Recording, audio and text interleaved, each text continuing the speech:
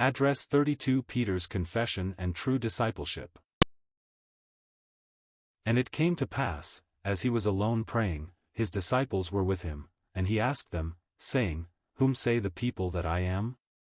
They answering said, John the Baptist, but some say, Elias, and others say, that one of the old prophets is risen again. He said unto them, But whom say ye that I am? Peter answering said, The Christ of God. And he straitly charged them, and commanded them to tell no man that thing, saying, The Son of Man must suffer many things, and be rejected of the elders and chief priests and scribes, and be slain, and be raised the third day. And he said to them all, If any man will come after me, let him deny himself, and take up his cross daily, and follow me. For whosoever will save his life shall lose it, but whosoever will lose his life for my sake, the same shall save it. For what is a man advantaged, if he gain the whole world, and lose himself, or be cast away? For whosoever shall be ashamed of me and of my words, of him shall the Son of Man be ashamed, when he shall come in his own glory, and in his Father's, and of the holy angels. Luke 9 verses 18 to 26. We have two sections to the portion we are now to consider.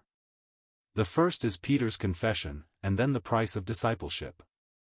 Once more we are reminded of the true humanity of our Lord Jesus, which is emphasized in the Gospel of Luke. We notice that each of the Gospels presents Christ in a different aspect. Matthew presents him as king, Mark as the servant, John as the Son of God become flesh, and Luke as man in all perfection. So in this Gospel, again and again we find our Lord in prayer. People have asked to whom the Lord prayed if he was God himself. He was both God and man, and as man he took the place of dependence, and as the Son he enjoyed constant fellowship with his Father. As recorded in this Gospel, he makes no important move without going to God in prayer. He spent whole nights in prayer. On this occasion he was alone praying, and his disciples drew near to him. He had led them to the far northern border, to the land looking out upon the great Gentile world, conscious of the fact that his own people, Israel, whom he had come to deliver, refused to recognize him. He came unto his own, and his own received him not.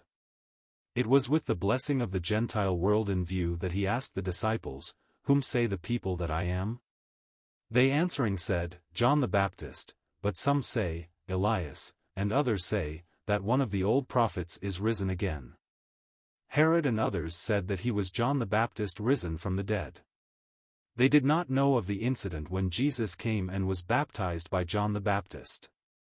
Others said he was Elias, as prophesied in Malachi 4. They were looking expectantly for the coming of Elias, and did not realize that John had come in his spirit and power. So some of them thought possibly Jesus was he. Others thought that he was one of the old prophets risen again. Jesus said unto them, But whom say ye that I am? Peter answering said, The Christ of God. After having walked with him all these months, after having observed his ministry and mighty works, after having listened to the gracious words that proceeded out of his mouth, Peter was assured he was the Christ of God. He spoke for them all. The Christ is synonymous with the Messiah, and means the anointed, the one promised by the prophets of old. In Matthew's Gospel we read, Thou art the Christ, the Son of the living God.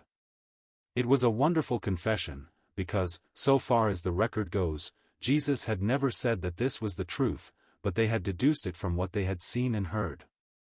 And he straitly charged them, and commanded them to tell no man that thing.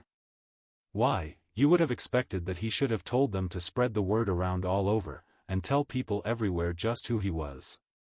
But it is too late for that. His ministry has been rejected. The hearts of the majority of the people are set upon their own way. They are not prepared to receive his testimony. Israel will receive him as the Christ of God when he returns the second time. In the meantime they must reap the sad results of their unbelief. That was why he commanded the disciples not to say anything about it then, for he was going down to Jerusalem to die. He had to be who he is in order to do what he did. Many tell us he was the most wonderful prophet and teacher that the world has ever known. They say he knew more of God and manifested more divinity in humanity than anyone else has ever done, but yet they stop short of what Peter in this confession says, "Thou art the Christ of God." Nothing less than that will ever satisfy the Father. He called upon the angels to worship him. He said, "Let all the angels of God worship him." In heaven, every tongue confesses him as the Christ of God. Jesus is God the Son, who came in grace into this world and assumed our humanity in order that he might go to the cross and give his life a ransom on our behalf. He is the Jehovah of the Old Testament.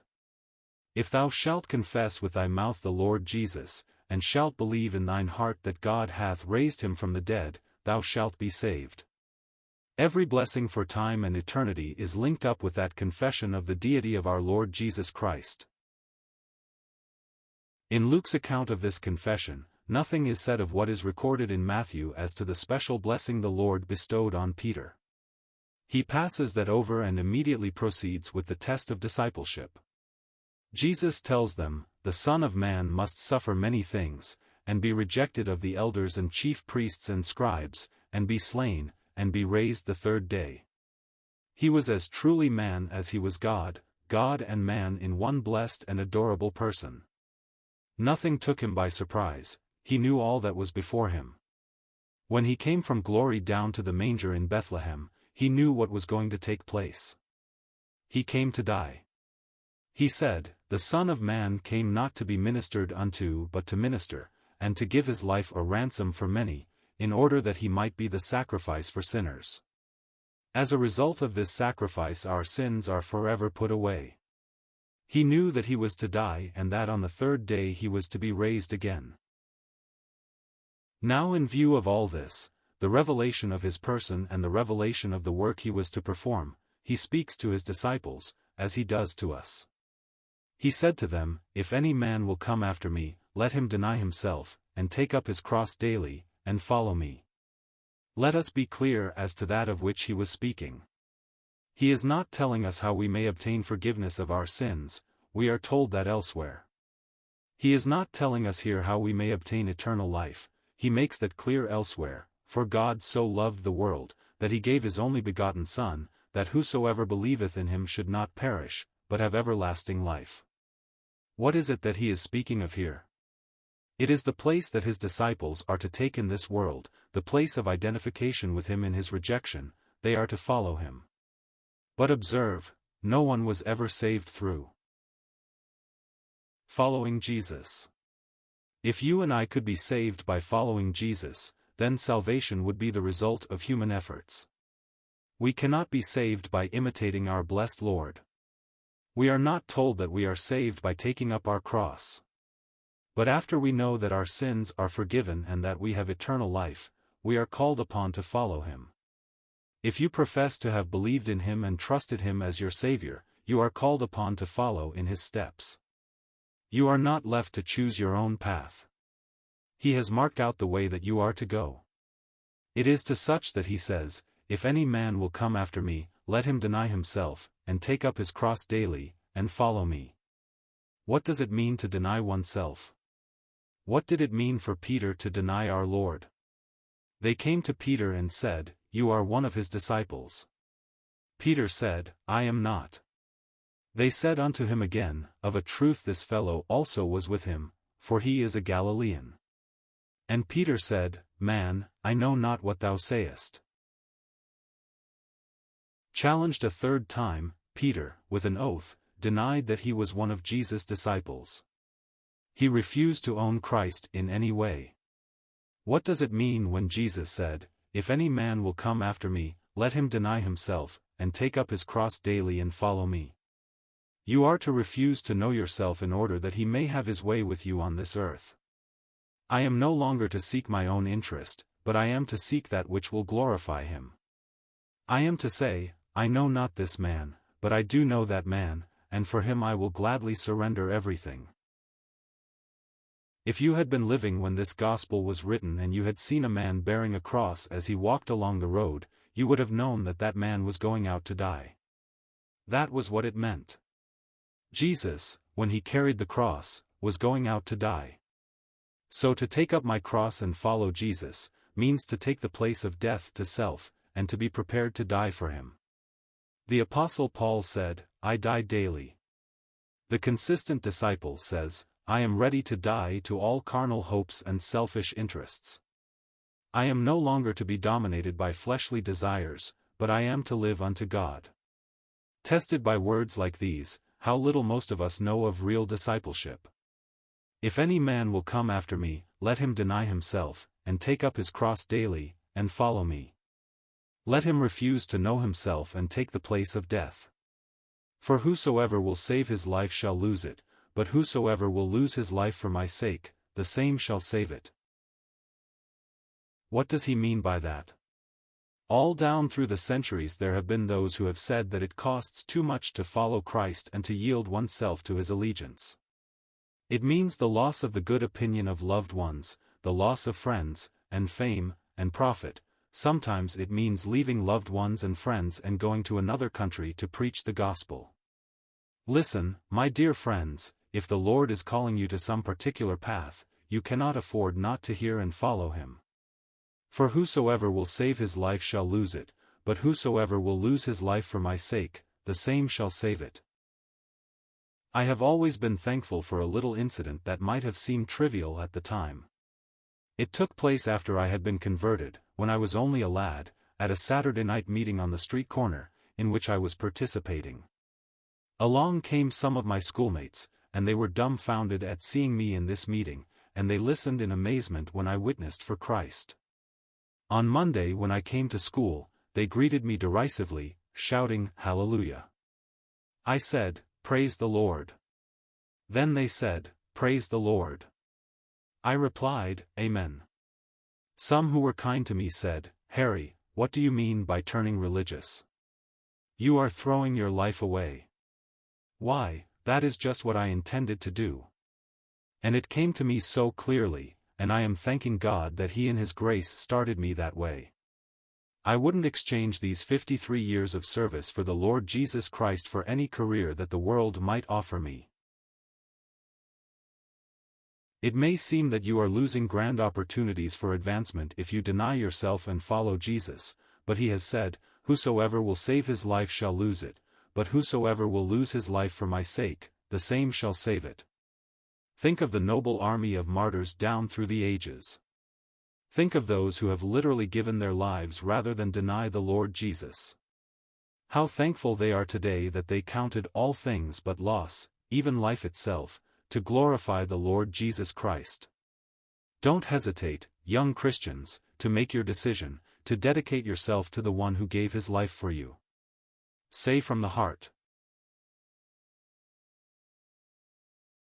Jesus, I my cross have taken, all to leave and follow thee, destitute, despised, forsaken, thou, from hence, my all shall be. Perish every fond ambition, all I've sought, and hoped, and known, yet how rich is my condition, God and heaven are still my own. In the verses that follow, the Lord has a message not only for his disciples, but for the world at large. For what is a man advantaged, if he gain the whole world and lose himself, or be cast away? What is a man advantaged if he gain all that the world has to offer, if he piles up a lot of wealth, if he be honored and recognized by his country and even by other countries? What advantage if at last he goes out into a lost eternity? What advantage is this? What advantage to gain the whole world if one be lost himself, or be a castaway eternally? Oh, that we might learn to put first things first, and be right with God before everything else. Trust in God first as your Savior and then own Him as Lord of your life. Jesus added this challenge to His disciples, For whosoever shall be ashamed of me and of my words, of him shall the Son of Man be ashamed, when he shall come in his own glory, and in his Father's, and of the holy angels. Will you notice first the way in which our blessed Lord speaks of his coming to this earth? The order would be very strange indeed if he were anyone else than the one who Peter said he was. He came once before, but he is coming back again. The world has not seen the last of Jesus. When he returns he shall come in his own glory. What glory is that? The glory of his eternal sonship, and in his Father's, and the holy angels. If he had been any less than equal with the Father, he would have had to say, in his Father's glory, then, in his own glory. But he was not wrong when, in speaking of his return, he put himself first, then the Father. God the Father, God the Son, and God the Holy Spirit are one. Do you not want him to own you then? Will you not want to be numbered among those who are his followers? Then listen, for whosoever shall be ashamed of me and of my words, of him shall the Son of Man be ashamed, when he shall come in his own glory, and in his Father's, and of the holy angels. If you have not confessed him as Savior and Lord, why not do so now?